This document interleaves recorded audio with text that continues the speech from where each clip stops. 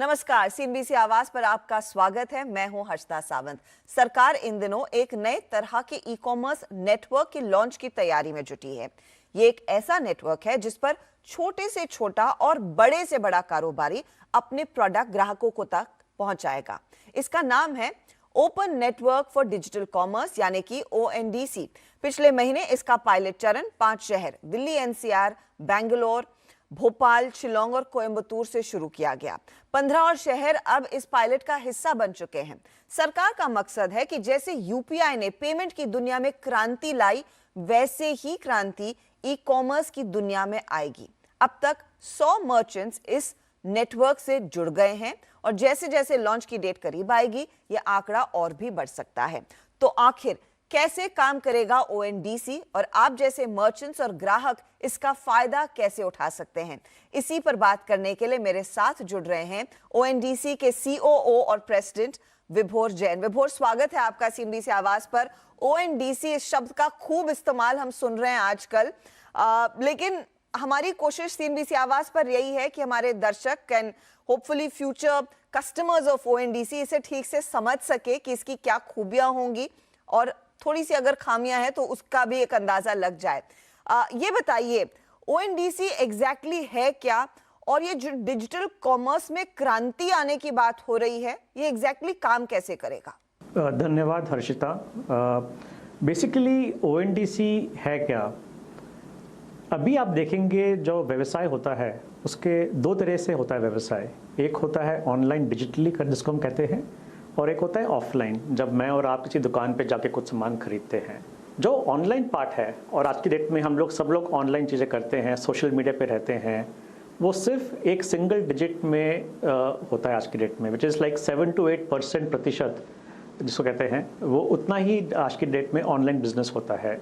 ONDC एक सरकार की तरफ से एक पहल है जिससे हम ऑनलाइन कॉमर्स को बढ़ावा दें, जिससे कि जो एक छोटा व्यापारी है वो अपने सामान को देश के विदेश के हर पार्ट में बेच पाए। अभी क्या होता है, एक छोटा व्यापारी अपने सामान को अपने इर्द गिर्द ही बेच पाता है, उसके पास इतने रिसोर्सेज नहीं हैं कि वो उसको पूरे देश भर में बेच पाए। और अगर उनको ऑनलाइन जाना है, उनको इतना टेक्निकल नॉलेज नहीं है कि उसको हम ऑनलाइन कैसे लेके जाएं। तो ONDC एक इनिशिएटिव है जिसमें हम इस 7-8% को और बढ़ाने की कोशिश कर रहे हैं। तो क्या कुछ आपको अंदाजा है कि जो आप पायलट फेज शुरू कर चुके हैं, 5 शहरों से 19 शहरों में आपने इनफैक्ट ये लॉन्च कर दिया है, कितने लोग ऑन बोर्ड हुए हैं, और फिर ये 7-8% से कितना लार्जली टारगेट आप कहेंगे अगले 1 साल ONDC के लॉन्च के बाद, या फिर 2 सालों में, 5 सालों में कितना ये पेनिट्रेशन लार्जली ऑनलाइन कॉमर्स का बढ़ सकता है इस प्लेटफॉर्म के जरिए? पहली बात, ONDC एक नेटवर्क है। सो हम लोग जैसे आजकल जो भी सामान खरीदते हैं, हम लोग प्लेटफॉर्म्स पे जाते हैं। जी हाँ। प्लेटफॉर्म्स पे जाके चाहे आप खाना खरीद रहे हो, फूड खरीद रहे हो, या आप कोई अपना फ़ोन खरीद रहे हो, कोई फैशन का सामान खरीद रहे हो, हम सब लोग प्लेटफॉर्म पे जाके उस सामान को खरीदते हैं। इस प्लेटफॉर्म अप्रोच में कुछ खामियां हैं। उसमें जैसे एक जो भी आप लेंगे विक्रेता और उपभोक्ता, वो दोनों एक ही प्लेटफॉर्म पे आके सामान को खरीदते हैं। इससे क्या होता है, जो उपभोक्ता है और जो विक्रेता है उनके लिए कुछ लिमिटेशंस हैं। अब आप सोचिए, विक्रेता के हिसाब से, विक्रेता के लिए जो वो उपभोक्ता प्लेटफॉर्म है, सिर्फ उसके कंज्यूमर्स ही उसके यूनिवर्स हैं या उसका डिमांड जनरेट कर सकते हैं। अगर उसको और कंज्यूमर्स चाहिए, उसको और उपभोक्ता चाहिए, तो उसे एक नए प्लेटफॉर्म पे जाना पड़ेगा। इसको हम कहते हैं कि कोई भी प्लेटफॉर्म कभी भी यूनिवर्सल नहीं हो सकता, बिकॉज सबका जो एक ऑडियंस रहेगा वो उनके उपभोक्ता तक ही सीमित रहेगा। अब जब ये नेटवर्क बना देंगे जिसमें बहुत सारे उपभोक्ता प्लेटफॉर्म्स और विक्रेता प्लेटफॉर्म्स आएंगे, तो एक विक्रेता के लिए सारे उपभोक्ता प्लेटफॉर्म्स के जो कंज्यूमर्स हैं, जो उपभोक्ता हैं, वो टारगेट ऑडियंस बन जाते हैं। तो उससे क्या होता है कि आप एक बार नेटवर्क पे आ गए, उससे आपकी जो पहुंच है वो बहुत ज़्यादा बढ़ जाती है। तो ONDC क्या करना चाह रहा है, ONDC ये नेटवर्क बना रहा है। हम लोग प्लेटफॉर्म नहीं है, हम लोग एप्लीकेशन नहीं है। इस नेटवर्क पे विभिन्न प्रकार के उपभोक्ता और विक्रेता एप्लीकेशंस और प्लेटफॉर्म्स आके एक दूसरे से वार्तालाप या कॉमर्स कर पाएंगे। अभी एक एग्जांपल लेते हैं इसका। अभी आप और मैं सपोज जाते हैं एक अमेजन पे, फ्लिपकार्ट पे, जोमेटो पे, स्विगी पे, हम जाके वहाँ पे कुछ सामान खरीदते हैं, राइट। अब आप देखिए कि अगर हम कल को इसमें बोलते हैं कि हम इस चीज़ को अनबंडल कर दें, विक्रेता प्लेटफॉर्म अलग है और उपभोक्ता प्लेटफॉर्म अलग हैं, और दोनों एक दूसरे से बात कर सकते हैं और कॉमर्स कर सकते हैं, तो उससे क्या होगा कि अगर मैं किसी भी उपभोक्ता प्लेटफॉर्म से नेटवर्क पे आ रहा हूँ, एग्जाम्पल लीजिए मैं पेटीएम से, फ़ोनपे से, गूगल से, माईगेट, किसी भी उपभोक्ता प्लेटफॉर्म से नेटवर्क पे आ रहा हूँ, अगर कोई भी विक्रेता उस प्लेटफॉर्म पे है, हम सब उस विक्रेता से सामान खरीद सकते हैं जी। राइट। सो उस विक्रेता के लिए ये जितने भी उपभोक्ता प्लेटफॉर्म्स हैं नेटवर्क पे, वो सारे टारगेट ऑडियंस हो गए हैं, और इसमें छोटे प्लेटफॉर्म्स भी आ सकते हैं, बड़े प्लेटफॉर्म्स भी आ सकते हैं।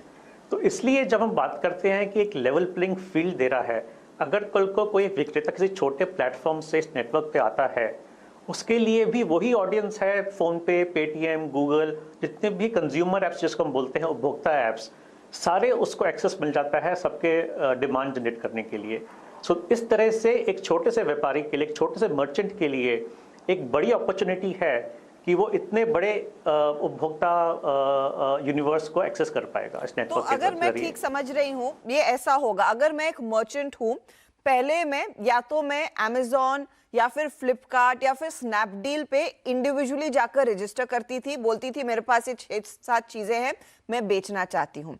अब मुझे सिर्फ ONDC के नेटवर्क पर रजिस्टर करना होगा और वो मुझे कनेक्ट कराएगा अलग अलग इन प्लेटफॉर्म से। क्या ये ठीक है समझना? नहीं, थोड़ा सा इसमें थोड़ा सा अंतर है हर्षिता। आपको अभी भी किसी एक छोटे प्लेटफॉर्म या बड़े प्लेटफॉर्म के थ्रू नेटवर्क पे आना है। आपने एग्जांपल लिया स्नैपडील का, अमेजन का, आप उनके थ्रू नेटवर्क पे आ गए।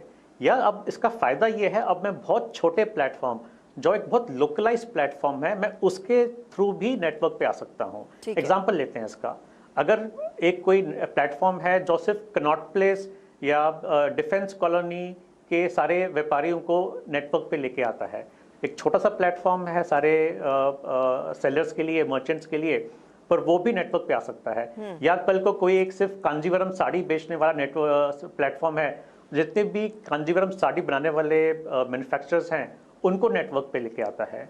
सो पॉइंट ये है कि ये सिर्फ एक बड़े प्लेटफॉर्म के लिए नहीं है, इसमें छोटे प्लेटफॉर्म्स के लिए भी जगह है जो मर्चेंट्स को नेटवर्क पे ला सकते हैं।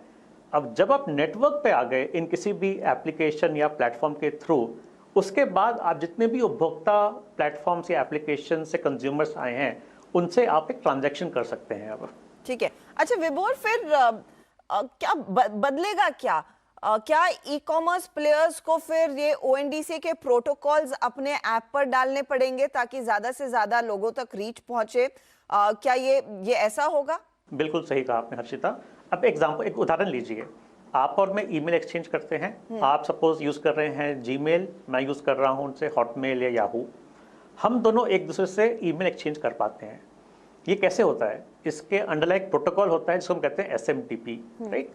वो क्या करता है कि वो स्टैंडर्ड डिफाइन करता है जिससे हॉटमेल, जीमेल या याहू मेल, जो भी आउटलुक मेल जो भी है, वो एक दूसरे से ईमेल एक्सचेंज कर सकते हैं एक स्पेसिफिकेशन की फॉर्मेट में। उसी तरह से जो ONDC बना रहा है, ये एक प्रोटोकॉल बना रहा है जिससे दो मशीनें कॉमर्स लैंग्वेज में वार्तालाप कर सकें एक दूसरे से। जैसे मैंने बताया, चाहे वो एक तरफ पे पेटीएम हो, एक तरफ फोन पे हो, एक तरफ अमेजन हो, व्हाट्सएप हो, गूगल हो, छोटा एप्लीकेशन हो, अब ये एक दूसरे से बात कर पाएंगे। अभी क्या है, हम सब एक ही प्लेटफॉर्म पे जाते हैं क्योंकि वो एक क्लोज्ड प्लेटफॉर्म है। हम उसको ओपन कर रहे हैं जिससे कि सब लोग एक दूसरे से बात कर पाएं और ट्रेड कर पाएं। जब ये हो जाएगा तो इसलिए जो हम कहते हैं कि यूनिवर्सैलिटी बोलते हैं जिस चीज़ को, कि आपके लिए जितने भी लोग नेटवर्क पे हैं वो या तो आपके लिए पोटेंशियल कस्टमर्स हैं, या अगर आप कस्टमर हैं तो आप कंज्यूमर हैं, तो जितने भी विक्रेता हैं जो छोटे छोटे बड़े बड़े प्लेटफॉर्म से आए हैं, आप उन सब से सामान खरीद सकते हैं।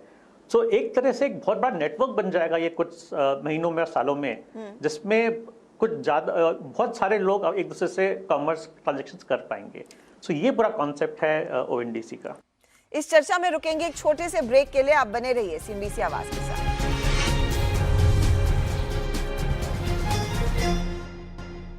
विभोर, अगर मुझे ये समझा सके ग्राहक के एंगल से, अब अज्यूमिंग, अब Amazon जैसा प्लेटफॉर्म लीजिए जहां पर बड़ी सी बड़ी चीज, अज्यूमिंग एक बड़ा सा 50 इंच से ज़्यादा का टेलीविज़न सेट मिल जाता है।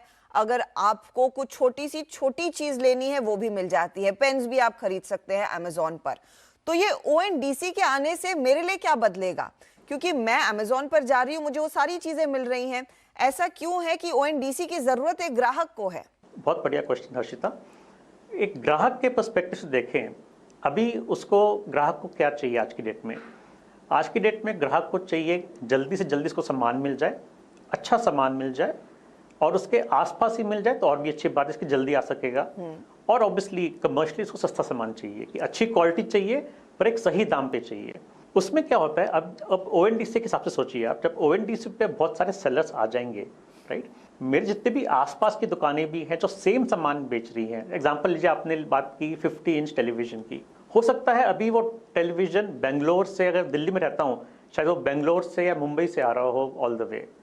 ONDC के आने से क्या होगा कि मेरे जो आसपास की दुकानें हैं जो टीवी बेचती हैं 50 इंच का, वो भी नेटवर्क पे हैं और उनसे भी मैं सामान खरीद सकता हूँ। वो शायद मेरे को 2 घंटे में मेरा टीवी डिलीवर कर दें। अगर मुझे कल को कोई प्रॉब्लम होएगी, मैं उनके पास जा सकता हूँ, कुछ भी प्रॉब्लम होती है उनसे वो प्रॉब्लम सॉल्व करने के लिए। इवन कमर्शियली कॉस्ट वाइज भी, क्योंकि लॉजिस्टिक्स अब सिर्फ मेरे से 2 किलोमीटर दूर से आ रहा है टीवी, एज अगेंस्ट वो दिल्ली या बॉम्बे से आ रहा है, लॉजिस्टिक्स कॉस्ट भी मेरी कम हो सकती है, उसका शायद मुझे सस्ता मिल जाए वो टीवी। और ठीक है, राइट, तो ग्राहक के पर्सपेक्टिव से भी एक तो चॉइस बढ़ जाएगी उनके पास, क्योंकि आपके पास जो सेलर्स हैं, जितने भी विक्रेता हैं, उसका यूनिवर्स बढ़ गया है। सेकंड ये है कि जो मेरे आसपास के विक्रेता हैं उनके बिजनेस को मैं हेल्प कर रहा हूँ ग्रो करने के लिए। थर्ड, जो मेरे टाइमलाइंस हैं डिलीवरी की, वो काफ़ी रिड्यूस हो जाएंगे, क्योंकि अब हर चीज़, अभी हम लोग बात करते हैं हाइपर लोकल की सिर्फ 2 कॉन्टेक्स्ट में ब्रॉडली, एक हम बात करते हैं ग्रोसरी की या हम बात करते हैं खाने पीने की। अब हर सामान एक तरह से हाइपर लोकल मोड में आ सकता है। कल को आप टेलीविजन खरीदना चाहें वो हाइपर लोकल मोड में आ जाएगा, आप मोबाइल खरीदना चाहें, आप कोई शर्ट खरीदना चाहें, अब सब कुछ आसपास की दुकानें हैं मेरे से 4 किलोमीटर दूर, 10 किलोमीटर दूर, उनसे भी मैं वो सामान खरीद पाऊंगा। और लास्ट रही बात कमर्शियल्स की, क्योंकि अब चीज़ें लोकली अवेलेबल होंगी, पास में अवेलेबल होंगी, टाइमलाइंस कम हो गई हैं, तो शायद उस पर प्राइस पे भी इम्पैक्ट पड़ेगा, क्योंकि जब विक्रेता ज़्यादा हैं तो ऑब्वियसली उससे कॉस्ट भी कम होने की चांसेस हैं उस चीज़ के। अच्छा, एक रिपोर्ट मैं पढ़ रही थी जेफरीज की, आई एम श्योर आपने भी देखी होगी। जेफरीज ने बेसिकली कहा कि ONDC के पास कई सारी कॉम्प्लेक्स चैलेंजेस हैं एग्जीक्यूशन में, क्योंकि जब UPI आया था उसने भी चैलेंजेस फेस किए थे, लेकिन एक कंपेलिंग रीजन था अडॉप्शन के लिए, फटाफट हो रहा था, मैंने यहाँ से वहाँ तुरंत ट्रांसफर कर लिया पैसा, उसमें सहूलियत थी तो लोग UPI इस्तेमाल करने लगे। लेकिन यहाँ पर अब लोग आदी हो गए हैं XYZ अलग अलग ई-कॉमर्स प्लेटफॉर्म्स के, तो क्या वो यूजर एक्सपीरियंस भी बदलेगा, और अगर नहीं बदलेगा तो फिर ONDC जैसे नेटवर्क का क्या फायदा? 2 चीज़ें हैं इसमें। कॉम्प्लेक्सिटी की जो बात कर रहे हैं, ऑब्वियसली UPI में क्या था, सिर्फ एक अकाउंट से दूसरे अकाउंट में पैसा जा रहा था। जी हाँ। यहाँ पे जब आप बात करते हैं कॉमर्स की, कॉमर्स में एक फिजिकल गुड या सर्विस को भी मूव करना पड़ेगा, राइट। ऐसे आपने कहा कि आपने फ़ोन खरीदा या टीवी खरीदा, तो उस केस में उस फ़ोन को मैं खरीद तो लूँगा ऑनलाइन, उसको फिजिकली भी मूव करना है, जहाँ that is where the complexity है, वहाँ पे कॉम्प्लेक्सिटी बढ़ जाती है। क्योंकि उस चीज़ में जो आप टिपिकल प्रॉब्लम्स देखते हैं कॉमर्स में, कुछ ठीक से नहीं आई, क्वालिटी ठीक नहीं थी, या फिर डिले हो गई आने में सामान मेरा, ये सब कॉम्प्लेक्सिटीज़ कॉमर्स में होती हैं। सो जब वो बात कर रहे हैं कि कॉम्प्लेक्सिटीज़ को सॉल्व करना है, और जब हमने एक प्लेटफॉर्म को अनबंडल करके एक विक्रेता प्लेटफॉर्म और एक उपभोक्ता प्लेटफॉर्म में कन्वर्ट कर दिया है, जो एक दूसरे ट्रांजेक्शन कर रहे हैं, अब जो मेन लोगों का कंसर्न आता है कि ऐसे मॉडल में हम जो एक कॉम्प्लेक्स पाते हैं क्वालिटी की, डिलीवरी की, रेपुटेशन की, इनको कैसे हैंडल करेंगे। उसके लिए हम लोग क्या कर रहे हैं, उसके लिए हम लोग कुछ network wide, ONDC network wide services लेके आएंगे। ठीक है। उसमें क्या कर, एग्जांपल लीजिए, एक रेपुटेशन बोलते हैं, जब आप देखते हैं एक स्टार रेटिंग होती है हर प्रोडक्ट की, हर एक सेलर की। जब आप किसी भी प्लेटफॉर्म पे जाते हैं, आप देखते हैं कुछ किसी पे होगा 4 स्टार, किसी पे 5 स्टार, 3.7 स्टार। ना वो रेटिंग उस विक्रेता के लिए या उस प्रोडक्ट के लिए उस प्लेटफॉर्म स्पेसिफिक है। जब आप किसी सेम प्रोडक्ट या सेलर को आप किसी और प्लेटफॉर्म पे देखेंगे, वहाँ पे शायद उसकी रेटिंग बहुत अच्छी हो या बहुत ख़राब हो, सेम चीज़ की या सेम सेलर की। वो ऐसा इसलिए है क्योंकि this is called platform specific rating. हम क्या करने जा रहे हैं, हम इसको एक नेटवर्क वाइड रेपुटेशन बना देंगे। विच मीन्स कि अगर मैं एक सेलर हूँ नेटवर्क पे, मैं किसी भी प्लेटफॉर्म के थ्रू बेच रहा हूँ या किसी भी एप्लीकेशन के थ्रू बेच रहा हूँ, वो रेटिंग कंसिस्टेंट रहेगी पूरे नेटवर्क पे। अब आप सोचिए उपभोक्ता के पर्सपेक्टिव से, उपभोक्ता को दिख रहा है कि अगर ये फ़ोन सेलर जो बेच रहा है उसकी रेटिंग 4.0 है, वो कंसिस्टेंट है, चाहे वो प्लेटफॉर्म ए से आए चाहे प्लेटफॉर्म बी से आए। सो जो मेरी इन्फॉर्मेशन मिल रही है मुझे ऐसे उपभोक्ता, वो ज़्यादा रिच है, ज़्यादा रिलायबल है, क्योंकि वो सारे प्लेटफॉर्म्स की रेटिंग्स को कंसिडर करके रेटिंग बनी गई है जी। ये हो गया आपका उदाहरण रेपुटेशन का। अब आप लीजिए कि कोई डिस्प्यूट हो गया, कि ऑब्वियसली जब भी कोई कॉमर्स होगा उसमें डिस्प्यूट्स भी होंगे, उसके लिए हम लोग एक ऑनलाइन डिस्प्यूट रेजोल्यूशन मैकेनिज्म बना रहे हैं। उससे जो भी डिस्प्यूट्स होंगे नेटवर्क पार्टिसिपेंट्स के बीच में, उनको कैसे सॉल्व किया जाएगा, एक नीति आयोग की अप्रोच है ODR की, जिसको बोलते हैं ऑनलाइन डिस्प्यूट रेजोल्यूशन। उसके बेसिस पे हम एक ONDC की अप्रोच बना रहे हैं, जिससे इस नेटवर्क पे सारे डिस्प्यूट सॉल्व किए जाएंगे। थर्ड जो मेन कंसर्न आता है लोगों का, आता है कि अगर कॉमर्स है तो ऑब्वियसली उसमें पैसे जो हैं वो सेटल भी होने चाहिए, कि किसको कितने देने हैं, किससे कितने लेने हैं। उसके लिए भी हम लोग एक सेटलमेंट प्रोसेस बना रहे हैं कि जब भी नेटवर्क पे कोई ट्रेड होएगा उसमें सेटलमेंट कैसी होएगी। सो आप देखेंगे कि ये नेटवर्क जो हम बना रहे हैं, इसमें हम लोग बहुत सोच के बना रहे हैं कि जो कॉम्प्लेक्सिटी हम आगे फेस करेंगे, इसको हम रिजॉल्व कैसे करेंगे, और उसके लिए हम बिल्डिंग ब्लॉक्स अभी से रख रहे हैं।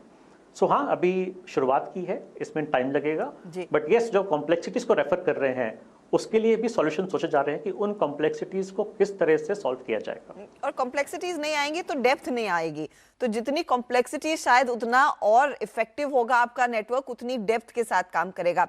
अच्छा, ये मैंने कई रिपोर्ट्स में पढ़ा है कि ONDC के आने से फ्लिपकार्ट, जो वॉलमार्ट बैक्ड है, और अमेजॉन जैसे प्लेयर्स का खात्मा हो जाएगा। क्या वो उद्देश्य है ONDC का, या फिर बेसिक उद्देश्य यही है कि आप फ्लिपकार्ट हो, अमेजॉन हो, या फिर आप एक छोटा ऑनलाइन पोर्टल चला रहे हो किसी टियर 2 टाउन में, आप सबको एक ही लेवल प्लेइंग फील्ड मिले और ज्यादा से ज्यादा ग्राहकों की अप्रोच हो?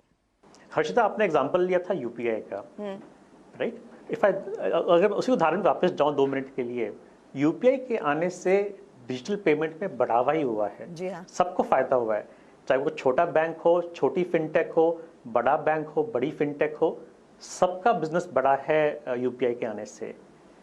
ONDC के आने से भी यही होने वाला है। जो बड़े प्लेटफॉर्म्स हैं उनको भी फायदा होएगा, जो छोटे प्लेटफॉर्म्स हैं उनको भी फायदा होएगा।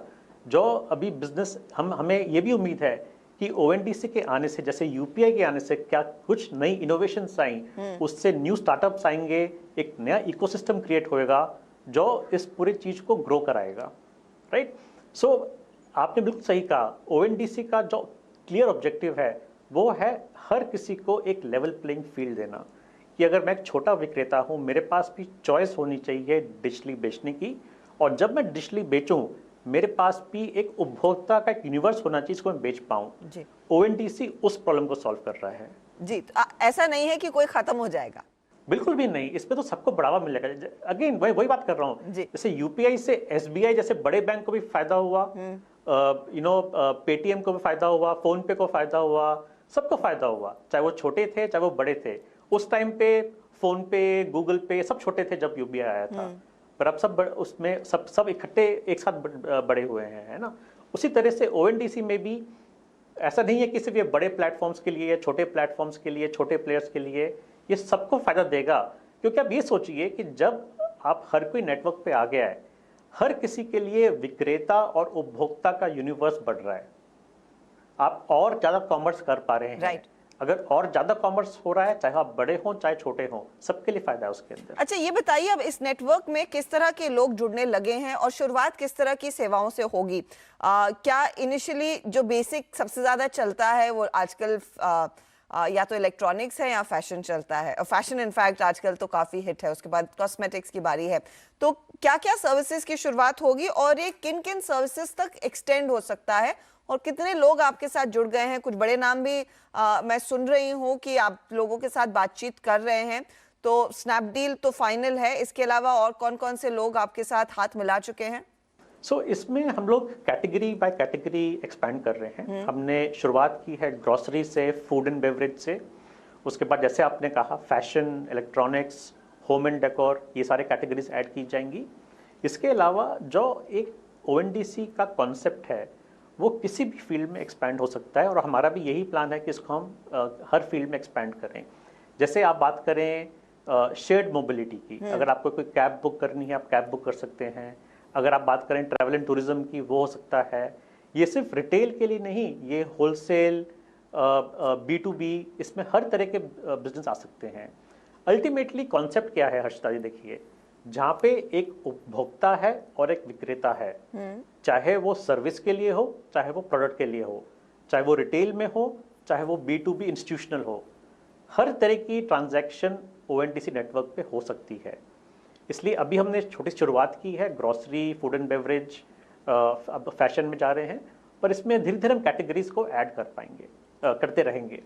दूसरी आपने बात की कि कौन कौन से बड़े नाम इसमें और कौन कौन से नाम इसमें ऐड हो रहे हैं। इसमें हर तरह के, जैसे मैंने कहा, छोटे बड़े मीडियम साइज के हर तरह के उपभोक्ता ऐप्स और विक्रेता ऐप्स हमारे साथ आके जुड़ रही हैं। चाहे वो ग्रोसरी में हो, चाहे वो कंज्यूमर ऐप्स हो, बैंक्स तक आ रहे हैं। बैंक्स कह रहे हैं कि हम क्यों नहीं अपने ग्राहकों को, जो हमारे उपभोक्ता हैं, हम उनको क्यों नहीं ONDC के माध्यम से विक्रेताओं का एक्सेस दें। ठीक है, तो कल को आप, हो सकता है कि फ्यूचर में आप अपने बैंकिंग ऐप पे भी कुछ सामान खरीद सकें जो ONDC नेटवर्क के थ्रू फुलफिलमेंट हो रही हो। सो अपॉर्चुनिटीज और ऑप्शंस बहुत हैं इसमें, बस यही है कि आप किस तरह से जुड़ सकते हैं।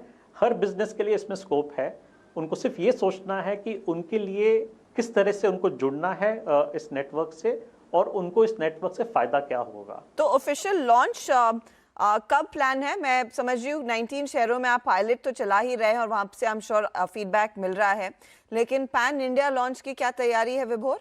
तो इसमें जब हम लोग इसको एक्सपैंड कर रहे हैं ना, इसमें लॉन्च का मतलब है कि जैसे हम लोग भी विक्रेता को लेके आ रहे हैं प्लेटफॉर्म पे, नेटवर्क पे, द आइडिया इज कि जैसे जैसे विक्रेता इस पे आते रहेंगे, हम इसकी टेस्टिंग कर रहे हैं कि जैसे, क्योंकि जब आप किसी भी विक्रेता को लेके आते हैं, सिर्फ विक्रेता के आने तक ही सीमित नहीं है इसका लॉन्च करना। हमें ये भी इंश्योर करना है कि जहाँ से विक्रेता आ रहा है वहाँ पे लॉजिस्टिक्स अवेलेबल है क्या नेटवर्क के ऊपर, क्योंकि अल्टीमेटली वो सामान भी डिलीवर होना है उपभोक्ता तक जी। सो इसमें काफ़ी कॉम्प्लेक्सिटीज़ है जिनको हम सॉल्व कर रहे हैं, जो गैप्स आ रहे हैं उनको हम सॉल्व कर रहे हैं। हमें उम्मीद है कि अगले 4 से 6 हफ्ते में इसको हम ऑफिशियली लॉन्च करेंगे, ओपन कर देंगे पब्लिक के लिए, और या अभी तक ये सब ठीक टाइम पे और प्लान पे चल रहा है। विभोर, बहुत बहुत शुक्रिया हमारे लिए समय निकालने के लिए और ONDC की हर बारीकी समझाने के लिए। आपसे संपर्क में रहेंगे और लॉन्च के करीब एक बार फिर आपसे बातचीत जरूर होगी। चलिए, इसी के साथ हम सबको दीजिए इजाजत, लेकिन आप बने रहिए क्योंकि खबरों का सिलसिला जारी रहेगा। देखते रहें CNBC आवाज।